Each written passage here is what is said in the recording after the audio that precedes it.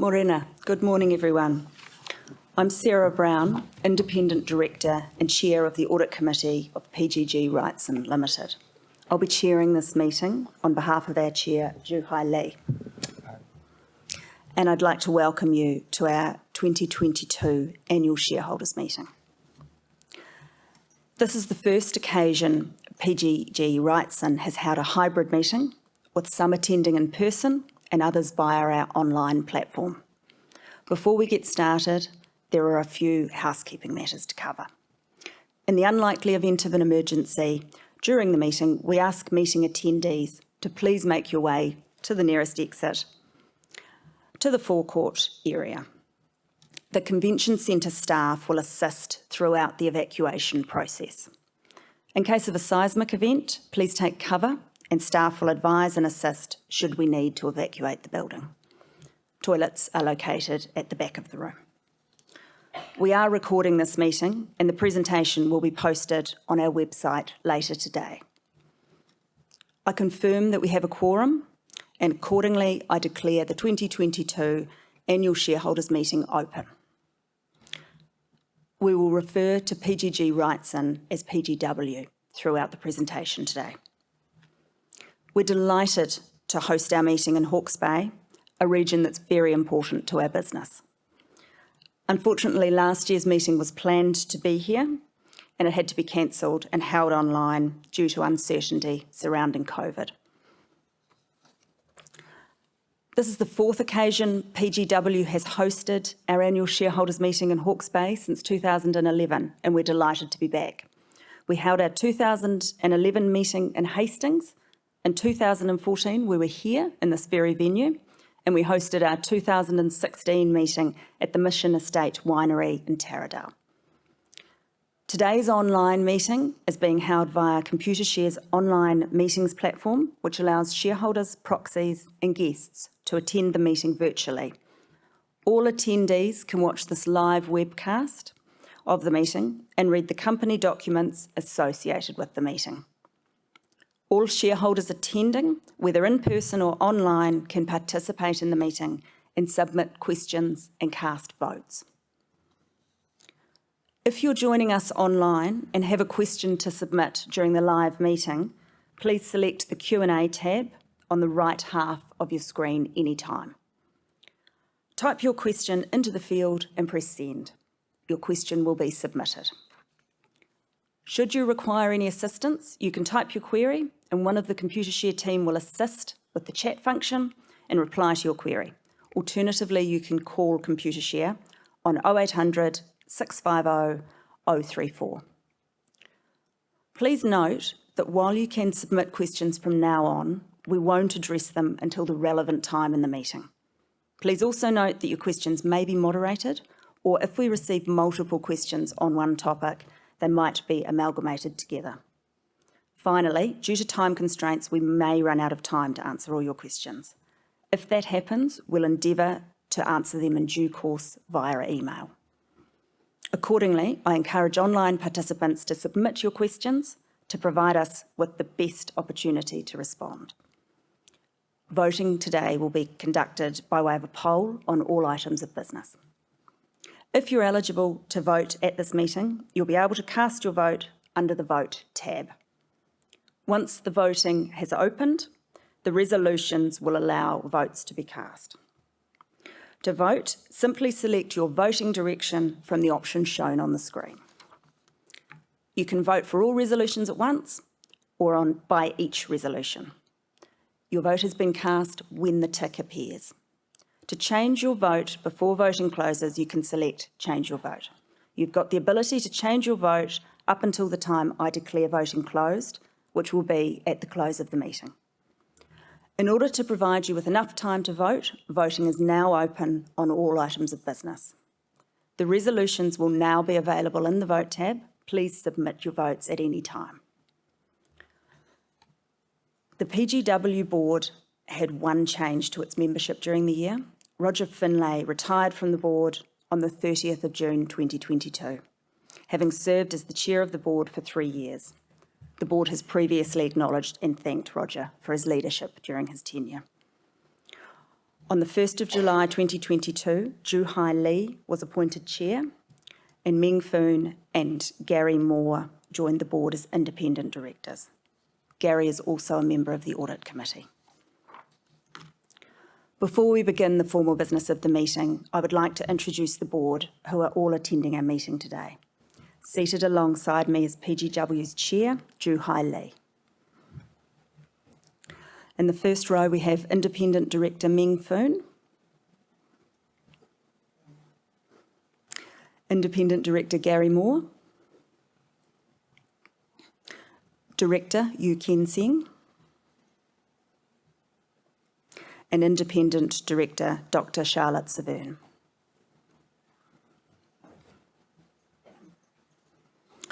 Almost all members of the executive team are here today. Seated alongside me is PGG Wrightson's Chief Executive Officer, Stephen Guerin, along with Chief Financial Officer, Peter Scott, and General Manager Corporate Affairs, Julian Daly, who is also a Company Secretary. I'd like to acknowledge other members of the executive team who are in attendance: GM Wool, Grant Edwards, GM Livestock and Real Estate, Peter Newbold, GM People and Safety, Rachel Shearer. An apology has been received from GM Retail and Water, Nick Berry. I'd like to acknowledge that we have representatives from our share register, Computershare, and BrokerWeb Risk Services, our insurance broker partner, here with us in Napier. Bruce Loader from our auditors, Ernst & Young, is joining us online. Other than Nick Berry, no apologies have been notified prior to the meeting. Are there any apologies from the floor that we should note in our minutes? The Company Secretary has confirmed that the notice of meeting was sent on 20 September 2022 to all registered shareholders and to other persons entitled to receive that notice.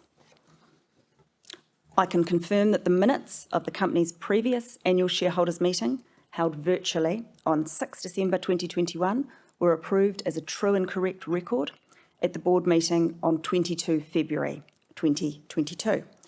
The minutes of the meeting are posted on the shareholder information section of our website. The financial statements and the reports of the directors and auditors for the year ending 30 June 2022 are set out in the company's annual report. On 20 September 2022, the annual report was posted on the company's website and our NZX page, and a copy of the report has been sent to shareholders who had requested one. Please note that we'll refer to both GAAP and non-GAAP performance issues. We use operating earnings before interest, tax, depreciation and amortisation, or operating EBITDA, as a key measure of performance, and I encourage you to refer to our full accounts for details of how this relates to GAAP measures. I can confirm that 342 shareholders have appointed proxies for the purpose of this meeting in respect of approximately 37 million shares. I've covered the opening formalities, and I will now move to the general business of the meeting. I'll begin by providing an overview of the highlights of the 2022 financial year, and then I will hand over to our Chief Executive Officer, Stephen Guerin. Stephen will provide the financial and operational overview for individual businesses, and he will also summarise how our business is trading for the current financial year to date. I will conclude our presentation by discussing our forecast guidance for the full year to 30 June 2023. An opportunity to respond to questions will follow before we move to the formal business of resolutions that will be put to the meeting for voting.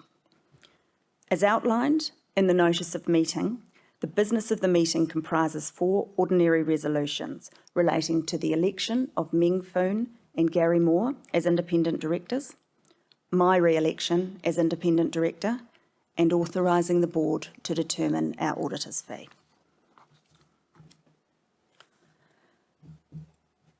Our operating EBITDA was $67.2 million, which was up $11.1 million, or 20%.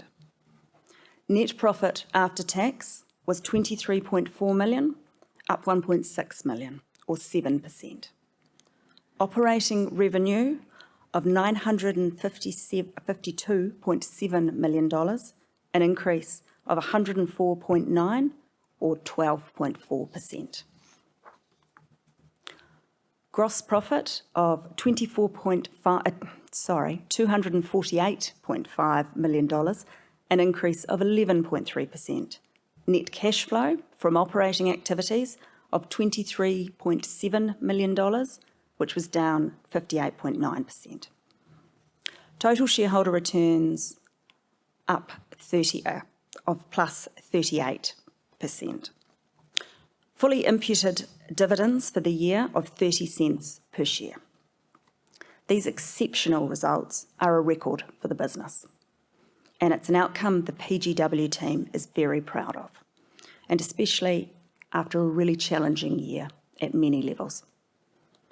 Like all businesses, we have had to navigate managing COVID-19 protocols, dealing with a high proportion of health-related staffing absences, responding to supply chain challenges, and resourcing the business in an extremely tight labour market. Group operating EBITDA of $67.2 million is an outstanding result, and an increase of $11.1 million, or 20% on last year's strong result. Normalised EBIT, excluding non-operating items, increased by 36% compared to FY21 to $39.1 million. Importantly, these results were achieved as a result of significantly higher revenue of $952.7 million, up $105 million or 12% from FY21, with margins broadly in line with last year. NPAT in this financial year was $24.3 million, which was up $1.6 million or 7% on last year. We launched our group strategy Refresh in 2021, which builds on our proud heritage and strong fundamentals, while focusing on the fast-evolving future landscape for agriculture and growth opportunities. The strategic pillars highlighted in the strategy provide clarity and focus, and we have been embedding these into our operations. The strategy leverages our collective nationwide reach and scale, and also our differentiated offering. In particular, our technical offering and innovation focus to grow our market share and further cement PGW's position as leaders in the field. We have targeted 3 results and measures areas as part of our group strategy to track our performance. These measures relate to our financial performance, safety performance, and customer experience. The measures cover 3 important areas where we want to grow and improve. Financial performance measures. Our internal financial performance measures include 2 key indicators. First, we target growth through the cycles in excess of Consumer Price Index, CPI.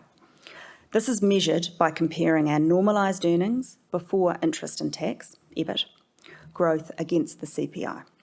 For FY22, we achieved a normalised EBIT growth of 36%, which is 29% above CPI. We normalise EBIT by excluding non-operating items, impairments, and fair value gains/losses. This was an extremely pleasing growth performance against our strategic KPI. A second financial measure that we target is to achieve a total shareholder return, TSR, exceeding 10% per annum. TSR is calculated annually based on the movement in our share price plus the dividends paid.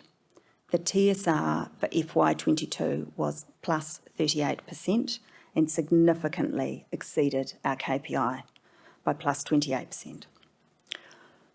Health and safety measure. The health, safety and well-being of our people is of critical importance to us. To track our safety performance, we measure our total recordable injury frequency rate, known as TRIFR, performance, so we can demonstrate continuous improvement in our safety outcomes. For FY22, PGW achieved a TRIFR reduction of 3% versus our FY20 baseline. This reflects well on our group-wide focus to continue to improve our safety performance outcomes. Customer experience measure. A key feature of PGW's success as a business is the trust our clients place in our company, people, and brand. Given customer experience is so important to our continued success as a business, an objective in our strategy is to target incremental improvement in our PGW Group Net Promoter Scores, or NPS. NPS is a commonly used measurement of customer satisfaction and loyalty, which is based on a customer's likelihood to recommend a service or business. For FY22, we achieved a positive 5-point improvement in PGW's NPS from last year's customer research. This positive result is consistent with our KPI to continually strive for incremental improvement. I'll now ask Stephen Guerin, our Chief Executive, to provide an operational overview.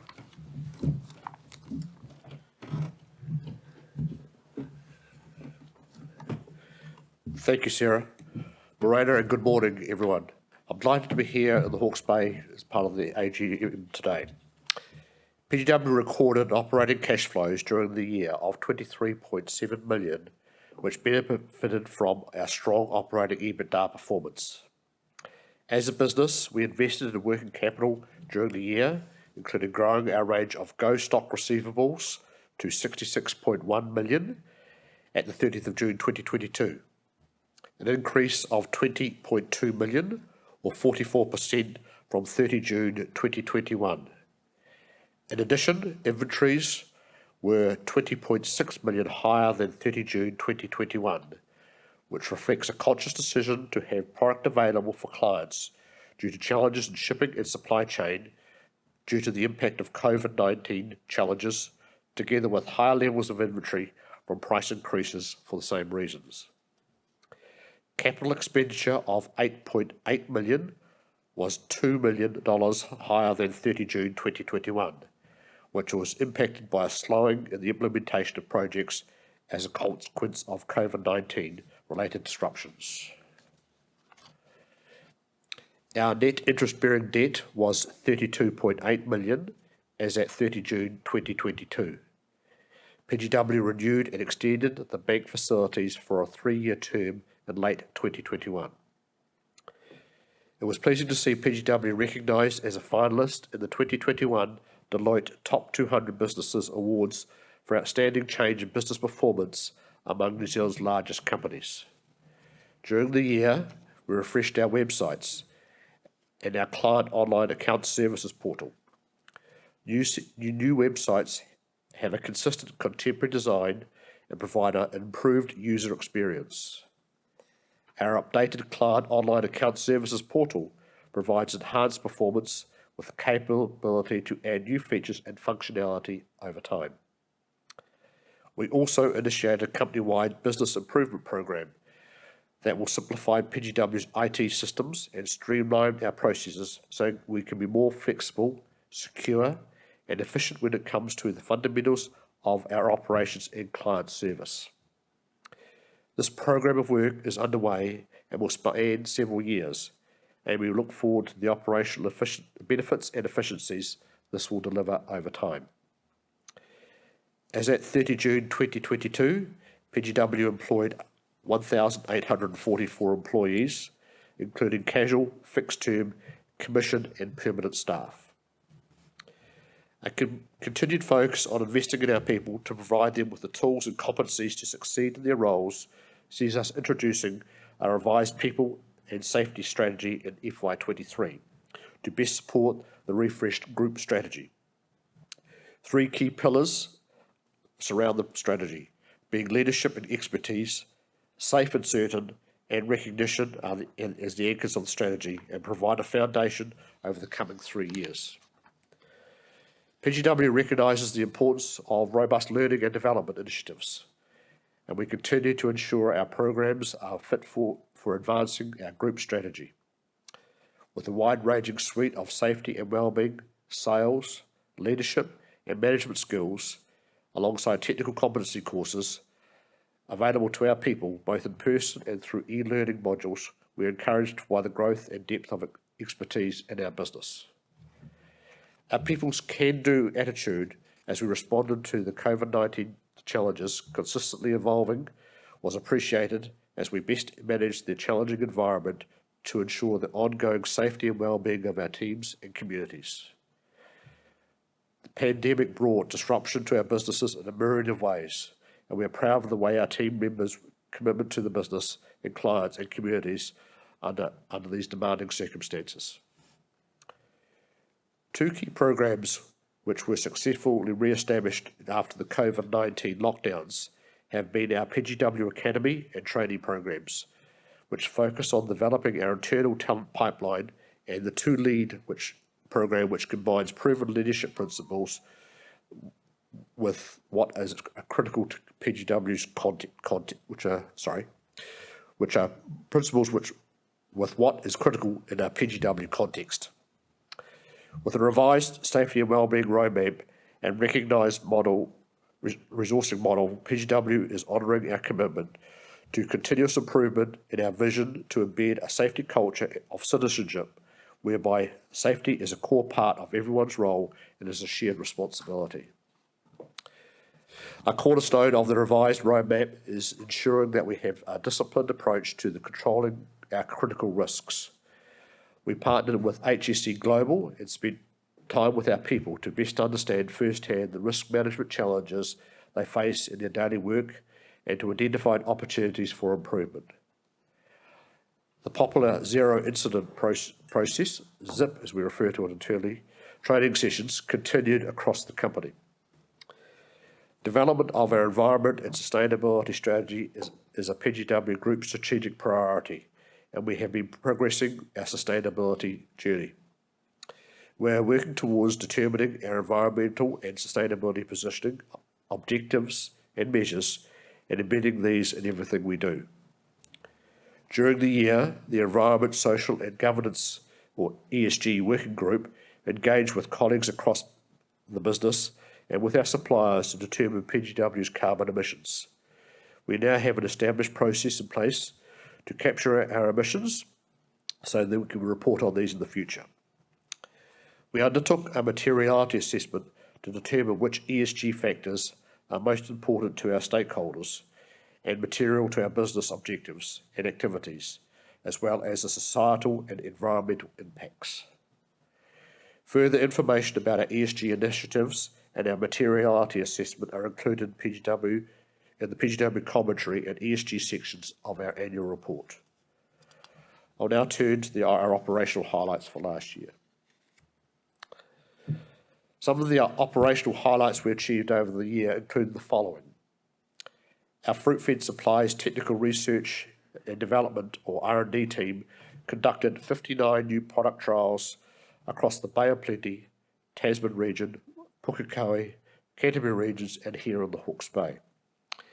Nearly a third of all the treatments in our R&D trials this year were biological products, which are more environmentally and friendly alternatives to the current chemistry available. Agritrade released our time capsule proprietary product in the Australian market under the Zinc Capsule branding. Time capsules is animal health facial eczema treatment for livestock. Our real estate business experienced the highest volume of rural sales in a decade, a 16% increase in rural sales for the year versus FY21. Our people completed more than 15,000 online learning and compliance courses. It's great to be back here in the Hawke's Bay, which is such an important region for our business, as Sarah has mentioned. Hawke's Bay has a region as a wine and food province, but there are also amazing beaches, stunning scenery, and some wonderful Art Deco architecture. PGW is founded on the legacy of the brands within the region. Two of significance are Williams & Kettle, which was founded in Napier in 1891, and the New Zealand Fruit Growers Federation, which was operated its first store in Hastings in 1920. Therefore, as a company, we have worked closely with customers in Hawke's Bay throughout our long history, and in many cases we have relationships that span many generations. Our business covers the whole region, which could be considered one of the engine rooms of PGW business due to the wide diversity of land type, land usage, all built around the unique climate of the area. These are areas of strength in our business and the region alike. These are areas of strength in our business and the region alike, being our livestock, wool, horticulture and viticultural businesses.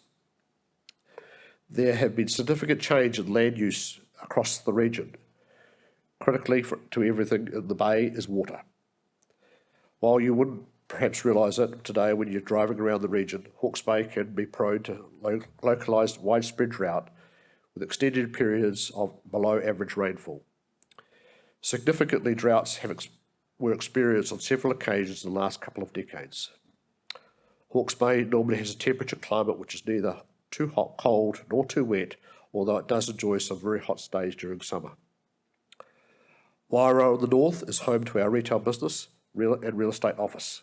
There's a base for local livestock agents. Wairau sale yards operate in association with local farming entities and families. Our Napier wool store is the only North Island hub for our PGW wool business, and our North Island auction centre is also located there. Hastings could be considered a mega site as there are 2 retail stores on site, our rural supply store and our fruit feed supply store, our real estate office and our regional office. Directly across the road is the Stortford Lodge Sale Yards facility, which hosts 2 sales a week throughout the year. It provides a hub through which much of our livestock business in the Hawke's Bay revolves. Waipuka around the south or central Hawke's Bay provides a base for a full-service rural supply store as well as our real estate office. There are a vast array of support services working from these sites. Our livestock, wool representatives, technical field representatives, customer services representatives, category support managers, our crop monitoring teams, our R&D teams, product management and internal customer services alongside our real estate agents. Across the wide region we have 125 colleagues work in our business, and this number increases during the very busy spring season. We have clients with significant local, national and international export operations such as Rocket Apples, Mr Apple, Bostocks, Brown Rigs and Apatoo Farms, who utilise a range of PGW services. We have witnessed significant land use changes in recent times, and we have seen the Hawke's Bay transform from a predominantly sheep and beef farming area to a diversified region with strong viticultural and horticultural sectors. In response to these developments, we have adjusted our business structure to reflect these changes so we can continue to support our customers with the products and services that they require. The board and the executive spent an enjoyable morning yesterday at Otamari Farm with Paul and Kathy Sherwood, who are second-generation farmers on the land. Paul and Kathy were great supporters of PGW Wool and our rural supplies business. Otamari Farms farm around 3,000 ewes, 800 hoggets replacements. They also finish 5,000 lambs and 400 rising 2-year-old heifers each year. Their cropping is based around finishing stock early and growing out capital stock. I'll now discuss the performance of our 2 operating groups, retail and water, and then the agency group. Our retail and water business incorporates rural supplies, fruit feed supplies, agri-trade and water. Retail and water's operating EBITDA was an impressive $52.5 million, up $15 million on the prior year. Our retail and water business performed extremely well and achieved an outstanding result with new highs. Our core focus remains to add value to our clients' businesses, much of this through the superior technical ability of our people. During the year, We continue to invest in training our people from both a technical and sales perspective. Our commitment to personal development and upskilling of staff supports a very stable and knowledgeable rep force. Our clients see the value in the expertise of our people, and we continue to see new clients coming into the stores and asking reps to come on farm or orchard. This is reflected in the incremental market share gains we are seeing. To achieve these results, our teams have moved increased product volumes through our store network. Our investment in a logistics model has assisted us in delivering product on farm and on orchard in a timely and efficient manner, which ensures our rep force have more time to give our clients valuable advice. COVID-19 has caused increased uncertainty and stress, especially amongst our frontline teams. As COVID-19 spread throughout the region, it became a challenge to keep our stores open at reduced staffing levels. We have developed a plan to deal with temporary closures and staff moved between stores to patch gaps, to keep the doors open for servicing our clients. Our teams have been incredibly resilient, and the key focus on servicing on our clients in a challenging and rapidly changing environment. Supply chain disruption has continued, and it has impacted timelines and sourcing products. Being able to get the right product to our clients at the right time has highlighted the importance of strong relationships we have with suppliers. To help mitigate supply chain risks, we have also sourced product earlier and carried more inventory than we would have historically. Our e-commerce channel continues to increase sales, and the number of orders and transactions is in its second year of operation. A positive on-flow impact of the e-commerce channel is that it has showcased our product range online and contributes to a boost in in-store cash sales, an increased number of inquiries the business receives. Work has commenced on a new build of our store operations in Richmond, and we have planning underway also in Timaru and our Awakuni retail stores. It's been an outstanding year for the rural supplies business. Through our client-focused offering, we have seen growth in a relatively tough market. Rural supplies has sustained the momentum of recent years and has investigated opportunities to expand into adjacencies and categories which have unmet client demand. Our reps continue to increase the usage of technical platforms which streamline their day-to-day activities and make their interactions with clients more efficient. An investment in our people through training with a focus on sales to ensure we are supporting our clients with the right advice, the right products for the job, and by providing a welcoming environment in our stores. Our promotional activity for rural supplies showcases our people and our expertise in the field, and we have more stores and reps than others servicing the sector. Our stores and people are part of the local communities in which they operate, and as a rural business, we are proud of our investment in the regions. Fruitfed Supplies had another excellent year with new operating EBITDA and revenue achievements. We maintain a high market share across our horticultural sector and categories and continue to build relationships as a key supplier in the winery inputs in the viticultural industry. We continue to see significant investment by clients in large horticultural developments. Fruitfed Supplies has been well placed to benefit from these developments in supporting supply of significant amount of capital equipment. Many of these developments that we have assisted with over the past few years are now coming into production, and Fruitfed Supplies is generally seen as the logical partner for clients as their investments transition from development into production. Our corporate client base is expanding, and we have a growing number of long-term agreements in place with our customers. Land use change continues with a number of growers, including the corporate market, diversifying their portfolios and investing in the horticultural sector. The vegetable sector is a growth opportunity for Fruitfed Supplies, and we have increased our market share in this area through a number of targeted initiatives. A full marketing plan campaign includes promoting the brand and services offered, and a refreshed Fruitfed Supplies website were delivered during the year. Our technical team conducted a number of R&D trials across the sector, looking for new products and chemistry that will help and support our clients. A focused sales training program was also rolled out to increase the knowledge of our frontline staff. Agritrade, our wholesale business division, manufactures, sells and distributes products to improve farmer and grower production.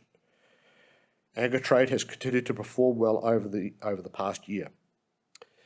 This was despite COVID-19 supply chain challenges, causing volatility in sourcing products and price increases, which have been borne by the total supply chain. During the year, 12 products that were new to New Zealand market were commercialised, including Savide, a triple deer dredge, which is the only registered deer product of its kind in the market in New Zealand. Our zinc animal health treatment capsule for facial eczema in dairy cattle was launched in Australia. Internationally, shipping delays combined with domestic logistic issues and have caused challenges. The fragility of the international freight system and increased costs highlight the importance of strong relationships the team have with our partners, which has assisted in ensuring the flow of key products and inputs to our clients at the right time. Implementation of our water strategy has continued to increase business with new and repeat clients. Technology initiatives, including improving our client asset management system and online tracking of pivot bills to increase efficiencies in project delivery. Product shortage and shipping disruptions caused delays in product delivery space for water, as expected to hinder project completion in the near term. Our water technicians completed certified training with Valley Irrigation, resulting in the team being the only Valley distributor in New Zealand who can offer an 8-year extended warranty. The team have also been honoured with the Valley 365 Asia Pacific largest subscription award. Turning to our agency business. The agency group incorporates livestock, wool, real estate businesses. Operating EBITDA was $21.8 million, down $3.3 million on the prior year's strong result. Our livestock business performed well in a challenging climate, with higher revenue and operating EBITDA achieved. The strong values achieved in the dairy livestock were supported by an increase in tallies and promotional links to bidder and a hybrid sales model. The South Island recorded its strongest trading performance in all classes in a decade. Solid values were reached in all categories, especially cattle and sheep, which was compensated by a reduction in tallies. During the year, our GO-Stock dairy product was launched. GO-Stock dairy is an extension of our GO-Stock grazing contracts, which are continuing to grow with increased uptake with transacted stock volumes at these highest levels. PGW's online trading platform Bidder continued to grow its database of buyers. This was bolstered by the successful launch of live streaming of cattle sale yards and a number of sale yards, as well as continued demand for on-farm hybrid auction coverage. Although the velvet business experienced shipping delays and port closures in China, the outlook was positive, with further sales growth predicted in the Asian markets. During the year, PGW's velvet team exported its first ever dry process shipment of velvet to China. The dairy team have had a successful year with both live sale numbers and prices on the rise. Venison prices are now recovering back to the near 5-year average and are forecast to lift as logistical challenges reduce.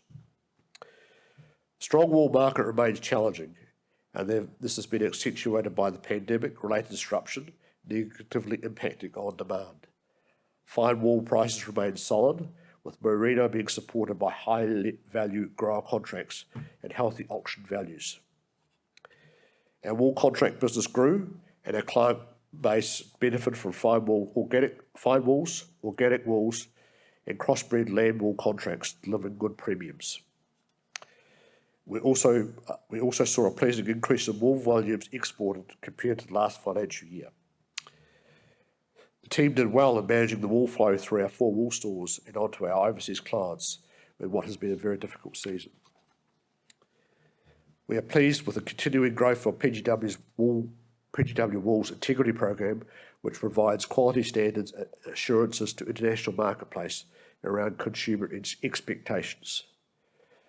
To demonstrate our belief in the future of this natural, sustainable and biodegradable fibre, we have made significant investments in machinery in our logistical operations, and we have employed new trainees into the wool business. Our real estate business has enjoyed another successful year. Whilst returns in the residential and lifestyle channels have been challenging, sales volumes of our rural properties have been strong.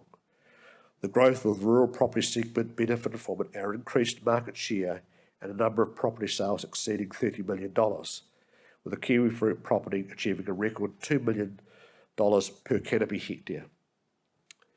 We anticipate continued solid performance in the rural market segment, with favourable spring appraisals and listings due to continued horticultural growth and carbon forestry interest in sheep and beef properties. This business expanded during the year through the acquisition of Real Estate New Zealand in Ashburton, and our Tawamutu real estate office moved into new premises.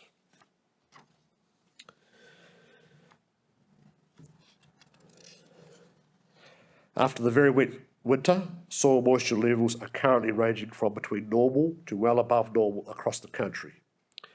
However, this has delayed some planting, the application of some inputs, and the installation of some capital equipment, such as wind machines. Our retail and water business have had a solid start to the year. Our water business is busy and performing well due to the arrival of permits from delayed shipments. Trading of the livestock business was pleasing given the wet ground conditions, with good volumes of animals traded in all classes across both islands. We've seen good support for our go-stock grazing contracts. The forecast of normalisation of spring conditions with warmer temperatures and less rainfall will be welcomed by our clients and the business. PGW is well positioned to assist our farming and grower client space with their cultivation needs as they gear up their operations, and we move towards the warmer production months. We recently relaunched our Rural Supplies brand campaign, which communicates our store teams and our technical field representatives passionate for helping their clients and local communities. Under the tagline, "Working alongside you each season for the year." The campaign portrays the way the stores and field representatives work closely with their clients. It highlights the way we are an integral part of each of the local communities we operate, and in that our staff go the extra mile to help our customers meet their aspirations. The campaign also focuses on how the technical knowledge of our team delivers value on farm. Real estate business has experienced reduced activity in the lifestyle and residential markets compared to the strong performance during the same period last year. Farm sales are continuing to hold up in value, noting volume has impacted the first quarter last year due to COVID restrictions delaying due diligence processes for those higher value properties. I'll now hand back to Sarah to discuss the outlook for the business.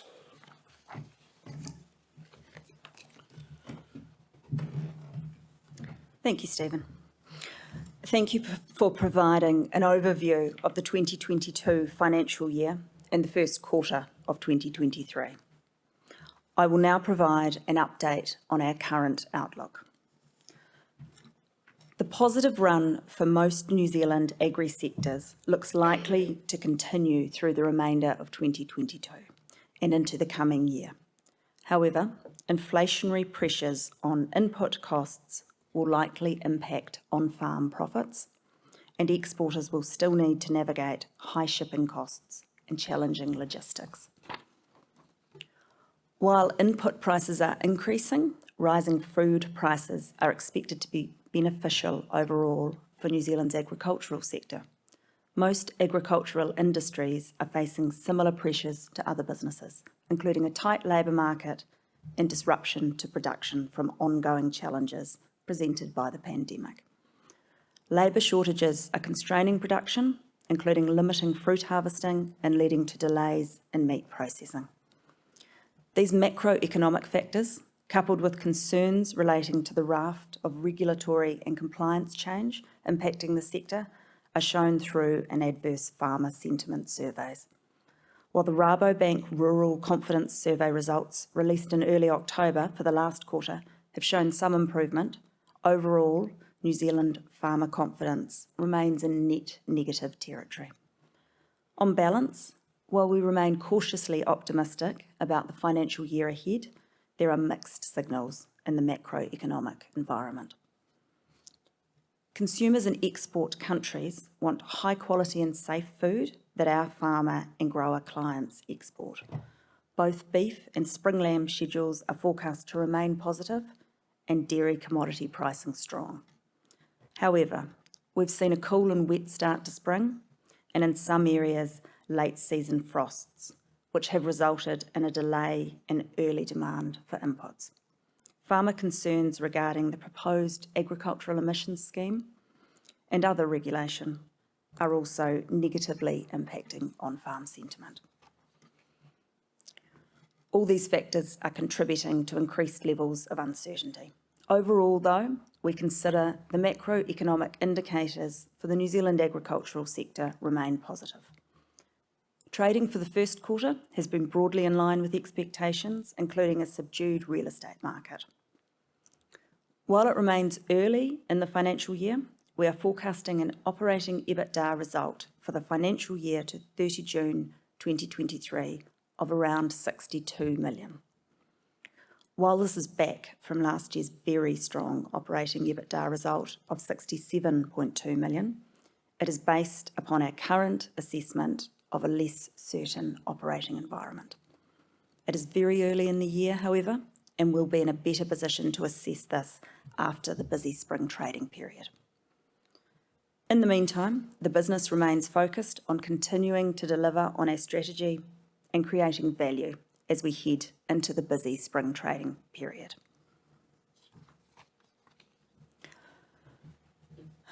Ladies and gentlemen, we'll now respond to questions. Do we have any questions from online? I can see. Nothing's come through online? No, it's not questions. So we've got nothing that's come through online. Fantastic. Thanks for that. What a good year last year. Great result. Thank you very much. Excellent result. I just wondered what your dividend policy was, because last year's earnings per share of about 33 cents and a dividend fully imputed of 30. So it's quite a high payout in terms of retaining some earnings to grow the business or reduce debt. So just what is your dividend policy? Our dividend policy is actually available, I believe it's available on the website, Julian. It is, yes. Yes. Yeah, but it's very much on a case-by-case, year-by-year basis. Julian, are you able to access that? I am. I'm just conscious, Paul, I'll give you the exact wording rather than... It takes into a number of factors, actually, Paul, including cash flow position, etc. Sorry, Paul, could you hear that? That was Peter answering that. Yes, yeah, including cash flow position. I'm aware of that. And this is not to be seen as negative, but it was a very good and generous payout. It was also a very, very good year, Paul. A record year, in fact. What I'm saying is the correction in terms of estimated operating EBITDA is about 10% down, isn't it, on last year? And so that's going to bring the net profit down more. So I just sense big volatility in share price, probably. And just questioned, probably, I would have liked as a personal shareholder for you to keep more and put more into growth of the business. It makes sense because we seem to be stuck around the $20 million impact. How do we get some more aggressive growth into the business? Yeah, I'd certainly take on board your point there, Paul. I can assure you that directors are very much considering the growth of the business. I think the investment into IT is key for us next year, and those factors will be taken into account when we consider our dividend in February.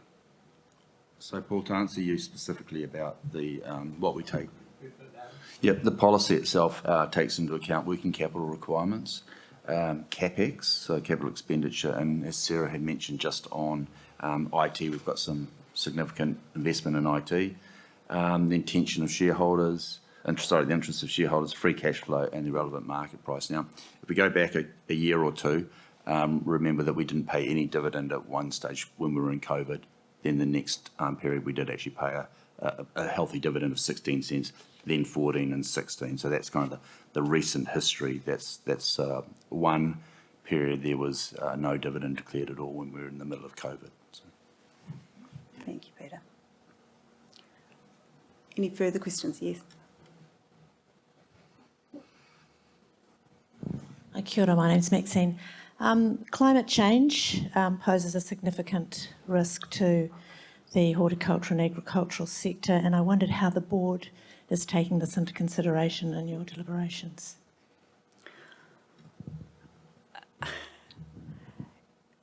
There are, yes, very much taking that into consideration. I think it's discussed at every meeting. Just the fact of, for example, the wet spring that we've had. But there are also ongoing obligations in terms of our environmental reporting, which bring those obligations to front of mind at any meeting. If I can add a few comments as well. The climate change question is probably just broader than specifically around climate change. It's probably, we can probably morph that into the regulatory regimes as well as a response from government to climate change. Couple of responses that we would say is that firstly, we make sure that our staff are educated in the products and the regulatory regime that is known. So we have regular training sessions around that. There are new grass species, there are new products that are coming to marketplace in that space, and some of the products we talked about from our trial perspective, try and combat that. I don't want to suggest that we have an answer for every particular challenge around climate change. That's a big question that the world is grappling with. We are seeing changes in our fertiliser programs as a result, because if you broaden the question out to, what does it look like from a leaching perspective into waterways and so forth. So we're making sure that we respond in that regard. There's more of a move to foliar fertiliser applications, for example. The broader question is we engage with our colleagues across the sector, our supplier partners and our the people like such as Beef and Lamb, Horticulture New Zealand, those sorts of organisations, not limiting to those organisations, but those sorts of organisations.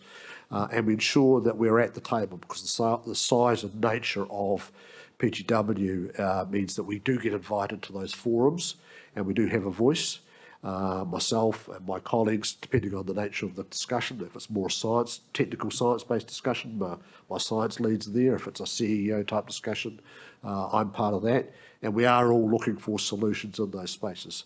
I know that on our visit yesterday with our client, our customers, Kathy and Paul, that was very much a conversation. The question around the current methane emissions, for example, is is there a government response to climate change in part? And the board, that information came out just last week. We're considering that, and we will respond accordingly alongside our industry colleagues in that regard. But come back to that first point. It's really important that our team members understand the implications, and they're offering that advice and support for our customers, because they are quite. You take the headline message around climate change, and you try and distill that down to an individual farm. The farming unit here in the Hawke's Bay might be quite different from a farming unit, the implications of the farming unit, High Country Sheep Station in the Central Otago, for example. So trying to make sure that our staff can then distill that macro story down to what does it actually mean on this farm for the type of operation that I have and the objectives that they have, because our farmer clients have a number of objectives individually. So quite a long answer, but it is very much a topic that is at the board table. We had a discussion about it yesterday. We had a discussion with our client yesterday. It's a discussion that we have in many forums across the industry. and it's a foundation topic within our training programs as well for our people. So I don't know whether that answers your question, but it gives you a sense that we are anticipating this issue. So yeah. Thank you. Any further questions? In that case, I apologise, Paul, sorry. Wait till the microphone gets here so they can hear. Again, thank you for coming to Hawke's Bay. We do appreciate that. We wish there were a few more people here, don't we? Just a little bit more about how you're tracking at the moment. So we've got an estimated operating EBITDA for the year of 62, but in terms of first quarter and current, there's a lot of cost pressures and a lot of squeeze going on in lots of ways. So just a little bit more clarity of how you're tracking first quarter at the moment. Can I answer Stephen, yes, I'll pass that that question?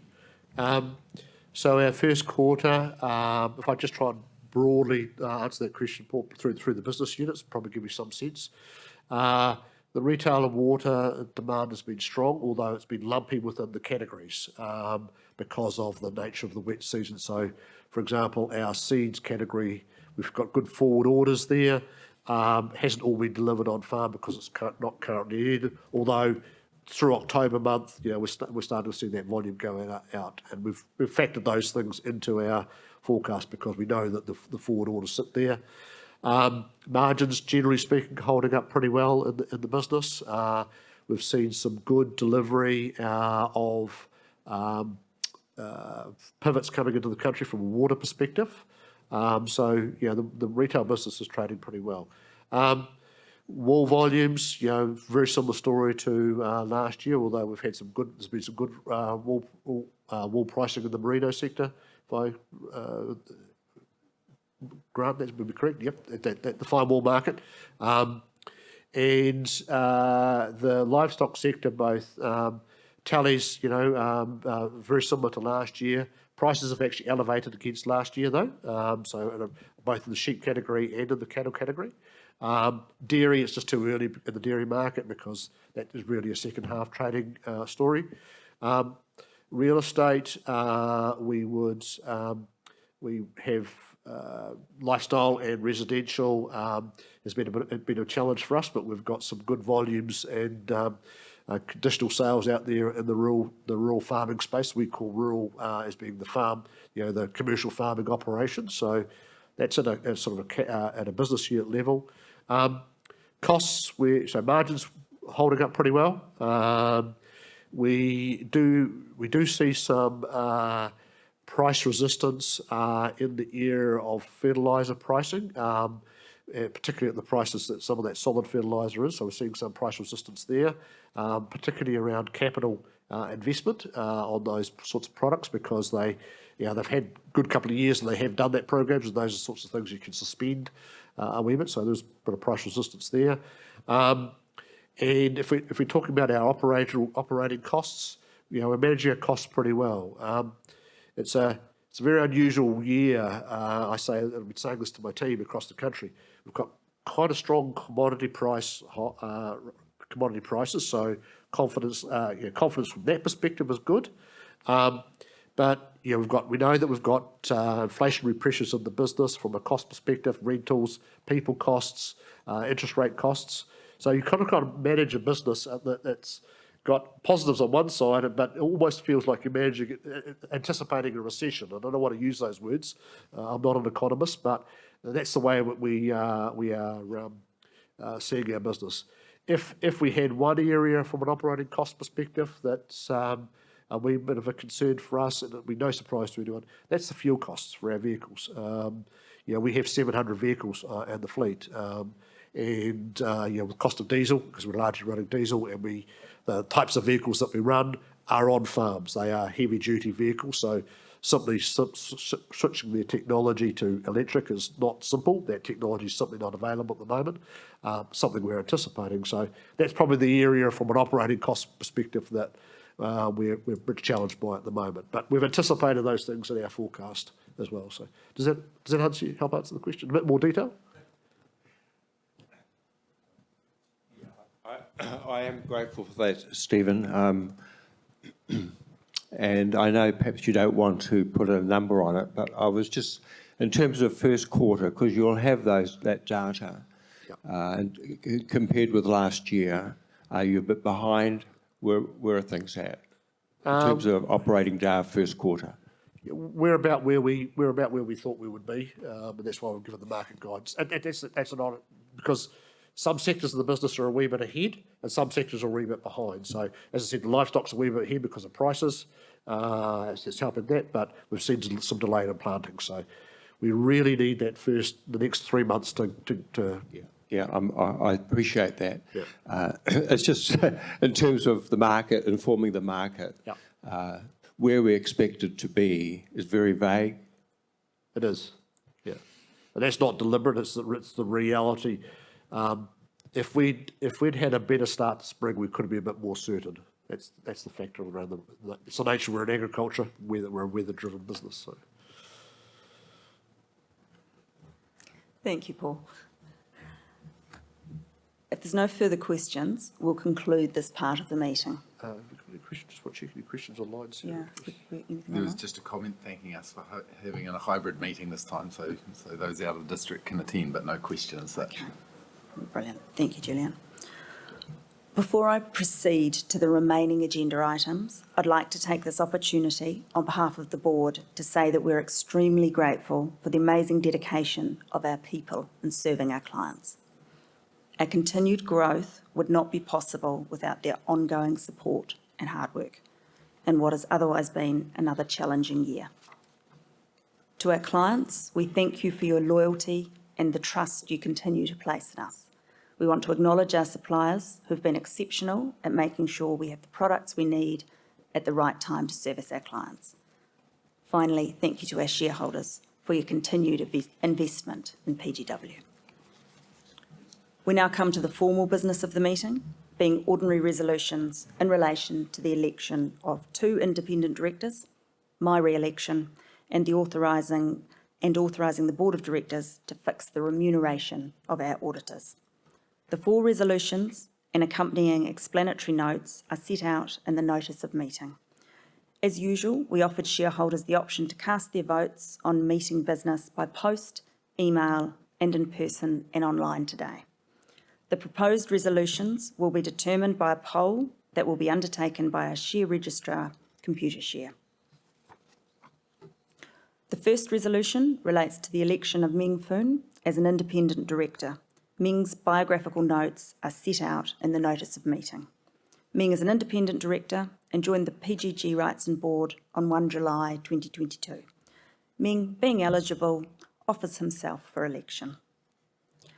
The company's directors wish to note the specific expertise and experience that Ming brings to the board, as noted in his biography notes in the notice of meeting, and recommend shareholders vote in favour of Mingfun's election. The second resolution relates to the election of Gary Moore as an independent director. Gary's biographical notes are set out in the notice of meeting. Gary is an independent director and a member of the Audit Committee. He also joined the PGG Wrightson board on 1 July 2022. Gary, being eligible, offers himself for election. The company's directors wish to note the specific expertise and experience that Gary brings to the board, as noted in his biography notes in the notice of meeting, and recommend shareholders vote in favour of Gary Moore's election. The third resolution relates to my re-election as an independent director. My biographical notes are also set out in the notice of meeting. I'm an independent director and chair of the Audit Committee of PGG Wrightson Limited. I joined the PGG Wrightson board on 30 April 2019. Being eligible, I offer myself for re-election. The company's directors recommend shareholders vote in favour of my re-election. The proposed ordinary resolution is to authorise the Board of Directors of PGW to fix the auditor's remuneration for the following year for the purposes of Section 207S of the Companies Act 1993. As is usual with audit fees, it is impractical to fix the remuneration at the beginning of the year. Accordingly, the Board of Directors are seeking authority from the shareholders of the company to fix the audit fees at the appropriate time. Thank you. I will now move resolutions 1, 2, 3 and 4 as set out in the notice of meeting by way of 4 separate motions as ordinary resolutions. A poll will be conducted in respect of the 4 resolutions. For those who have not cast votes already, please do so by clicking on the Vote tab on the right side of your screen. For those present that have not voted, please complete your voting paper and hand this in at the Computershare share register table as soon as convenient. That concludes our discussion on the items of business. Chair, I've just got a question from a shareholder Sure. who's asked if Mingfun can address the meeting regarding his nomination. And Gary as well. And Gary. Ming, we'll start with you. Sharon, who might need a microphone. Thank you.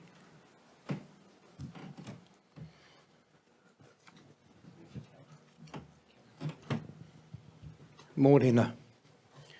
Thanks for the question. So just a brief introduction as to Ming, could you come up to the podium for that one, and then so then those online can see you.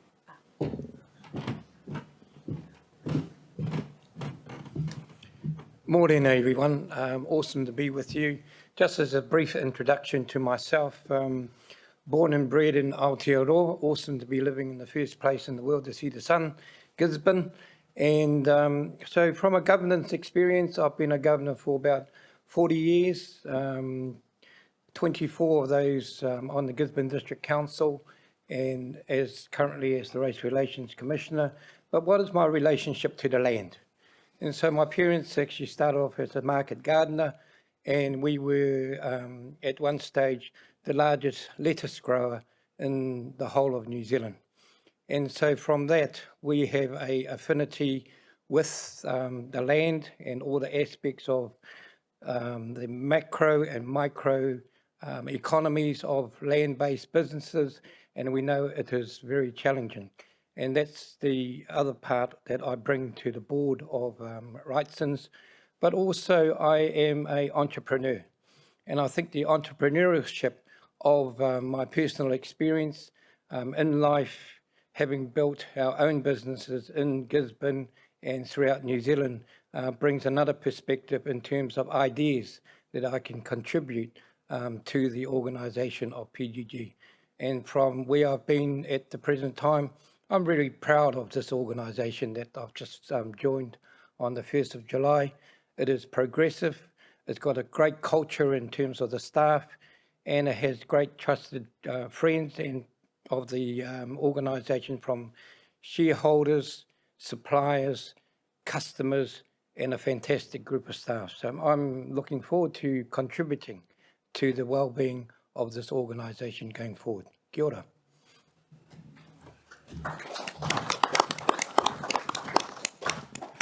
Thank you, Ming. Gary, if I could ask you.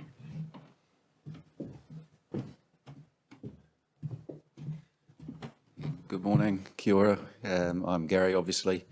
I'm very excited about the prospect for this business insofar as it touches a big part of rural New Zealand. Primary industry in this country is New Zealand Incorporated, and that's what appeals to me. My background, 40 years in financial services, a qualified chartered accountant. I've been involved in a number of boards in viticulture, farming generally. I'm a trustee of a 900 hectare farm property in South Canterbury, raised in rural mid-Canterbury on farms. In terms of specific skills to the board, I speak fluent audit, I can shear a sheep, and it's just an immersion in rural agriculture that led to me being interested in this role, and it was a pleasure to be invited onto the board. Thank you.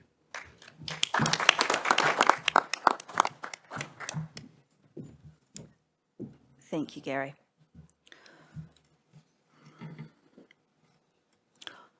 That concludes our discussion on the items of business. In a few minutes, I will close the online voting system, so please ensure that you've cast your votes on all resolutions. While we're waiting, I'll just check there's no further questions. None online. Nothing further. Thank you. The results of the voting on the 4 resolutions will be released on the NZX shortly.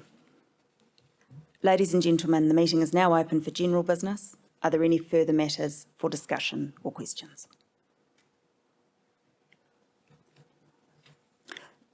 That completes the business of the meeting. I therefore call the 2022 Annual Shareholders Meeting closed.